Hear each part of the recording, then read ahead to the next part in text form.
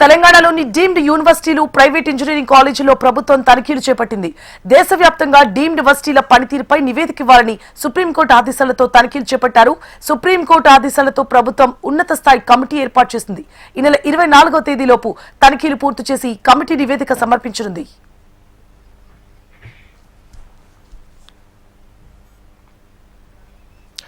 తెలంగాణలోని డీమ్డ్ యూనివర్సిటీలు, private engineering కాలేజీలో ప్రభుత్వం తనిఖీలు చేపట్టింది. దేశవ్యాప్తంగా డీమ్డ్ వర్సిటీల పనితీరుపై నివేదిక ఇవ్వాలని సుప్రీంకోర్టు ఆదేశాలతో తనిఖీలు చేపట్టారు. సుప్రీంకోర్టు ఆదేశాలతో ప్రభుత్వం ఉన్నత స్థాయి కమిటీ ఏర్పాటు చేసింది. ఈ నెల 24వ తేదీలోపు తనిఖీలు పూర్తి చేసి కమిటీ నివేదిక సమర్పించనుంది. ఇదే అంశానికి సంబంధించి పూర్తి డీటెయిల్స్ ని మా తెలంగాణ ఇన్పుట్ ఎడిటర్ రమణ అందిస్తారు. రమణ, అంటే ఆయేషా జైన్ అనేటువంటి ఒక స్టూడెంట్ ఎవరైతే ఉన్నారో తను వేసినటువంటి ఒక కేసుకు సంబంధించి సుప్రీంకోర్టు ఈ ఆదేశాలు జారీ చేసింది. అంటే ముఖ్యంగా ఇది మనకి ఢిల్లీకి సంబంధించినటువంటి ఒక కాలేజీలో ఒక వ్యవహారం.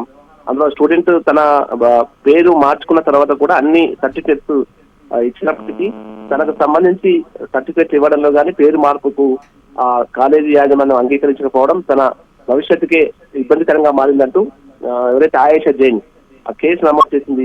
ఆ కేసు ఫిర్యాదు నేపథ్యంలో సుప్రీంకోర్టులో పిటిషన్ కూడా దాఖలు చేయడంతో దానికి సంబంధించి వాదోపవాదాలు కొనసాగాయి. ఈ వాదోపవాదాల సందర్భంగా అన్ని కాలేజీలకు సంబంధించి ముఖ్యంగా డీమ్డ్ యూనివర్సిటీస్, ప్రైవేట్ ఇంజనీరింగ్ కాలేజీలకు సంబంధించి వాటి వ్యవహార శైలిపై కొన్ని ఆరోపణలు పెద్ద ఎత్తున వెల్లువెత్తిన నేపథ్యంలో వాటికి సంబంధించి సుప్రీంకోర్టు కీలకమైన ఆదేశాలు ఇటు కేంద్ర ప్రభుత్వం జారీ చేసింది.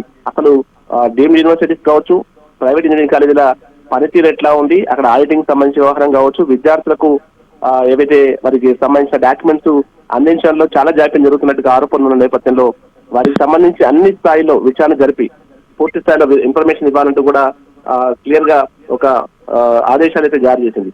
వీటికి సంబంధించి మెయిన్ 9 ప్రధాన అంశాలకు సంబంధించి కూడా అందులో పేర్కొనడం జరిగింది. అందులో లాభాపేక్ష లేకుండా పనిచేస్తున్నాయి లేవా, ఫీజులు అడ్మిషన్ సంబంధించిన వ్యవహారం కావచ్చు, ఇవన్నీ అంటే ఆడిటింగ్ సంబంధించిన వ్యవహారాలు కూడా ఈ మొత్తం వ్యవహారంలో చూడాలని కూడా స్పష్టం చేసిన నేపథ్యంలో అన్ని రాష్ట్ర ప్రభుత్వాలు ప్రస్తుతం అదే పనిలో ఉన్నాయి.